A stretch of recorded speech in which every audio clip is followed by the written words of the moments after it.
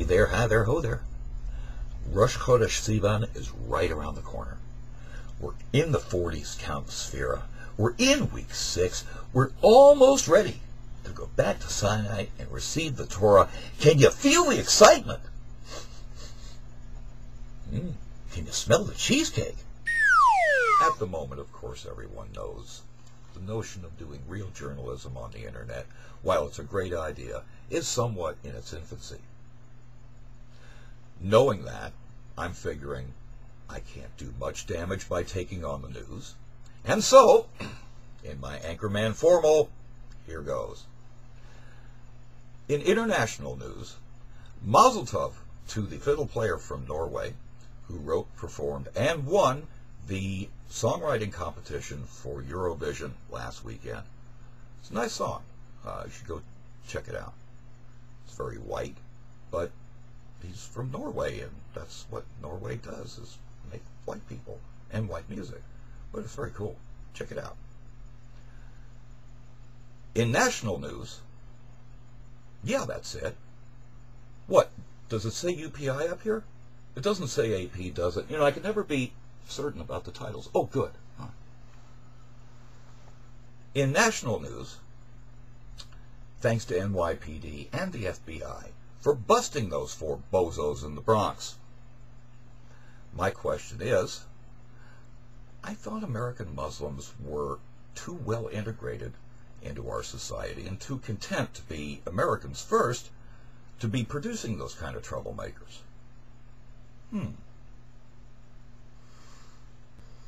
In local news,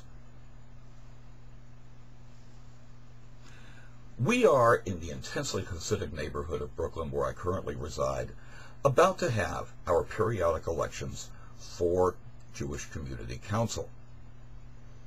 As in the radio days, I will not be making an endorsement, also known as bestowing the kiss of death, because I would not wish to wreck the candidacy of anyone who I really liked. As in times past, there may be an endorsement after the election when it can no longer do any harm. Watch this space. Now on to the editorial.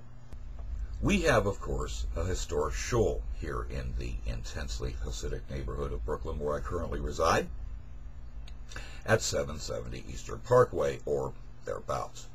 Now, of course, it's known worldwide as having at one time been a dispensary of dollar bills on Sunday mornings, but there's been a great deal more going on in this multi-purpose room than what CNN had the time to show you. For starters, it's a shul. Actually, the way it's divided up, it could be 6 or 7 all going sort of in sync with each other. And a grad school for the young men who are about to become Chabad rabbis and go off to far-flung corners of the world and establish Jewish communities and spread the well springs of the Baal Shem Tov's teaching. One of the things that 770 is good for, on my level at least, is folks tend to leave very interesting bits of writing around, one of which being, now I understand that in the world of real TV, if you're doing any reading at all, it's off a teleprompter or cue cards. Not on my budget. So thank you to Mr. Herschel Pekar, at least that's the way it looks here, P-E-K-K-A-R, for leaving this lovely bit of writing in the shul. In the Sefer HaYom Yom, on the day for Pesach Sheni, the 14th of Iyar, it says, the theme of Pesach Sheni is, as is nit kein verfallen, it is never too late. It is always possible to put things right. On this statement, one can ask, how can we learn this from Pesach Sheni? How can it be never too late? Once Pesach Sheni is passed, then it is too late. So how can it say that it is never too late? One could answer that to go to the Nasi of the generation, the Rebbe, and ask for what a person needs like they did at the time of Pesach in the wilderness, this a person can always do. It is never verfallen. It's never too late. Even if one is impure, or far, even deliberately far. Whew, that's a relief. Not anymore, of course. This lesson we learn from the episode of Pesach Sheni, that they asked Moshe Rabbeinu, and that their request was granted. For that, it was never too late. The Gematria, do a web search for Gematria or look at the blog, which will tell you to do web search for Gematria. The numerical value of the Yiddish words is nicht kein verfallen, it is never too late, 770. Ah, at last, the other shoe drops.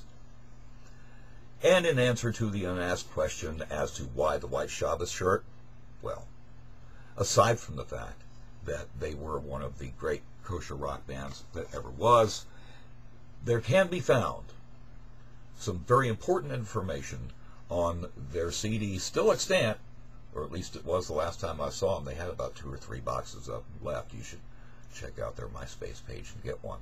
Because contained in this CD is the marching orders of the shock troops in the intergalactic war on Galus.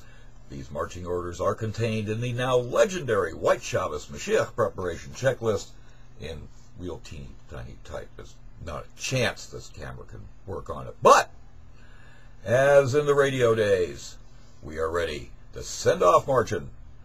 And while every single Mashiach song ever recorded is played all at the same time, including, by the way, 2 or 3 off of this CD, we say, learn Torah, give tzedakah, judge everyone favorably, try to resolve arguments, love every Jew as they are, love for no particular reason, visit the sick, comfort mourners, light Shabbos candles, smile, fear nothing but God, say only good things, pray with Kavanah, learn kosher Kabbalah. Yo, Madonna, you listen to this. Tell stories about righteous individuals. They really can be found. Thank God. Make a bracha. Speak Torah at every meal. See good in everyone and everything. Sing holy songs. Dance holy dance. Come to shul early and stay late.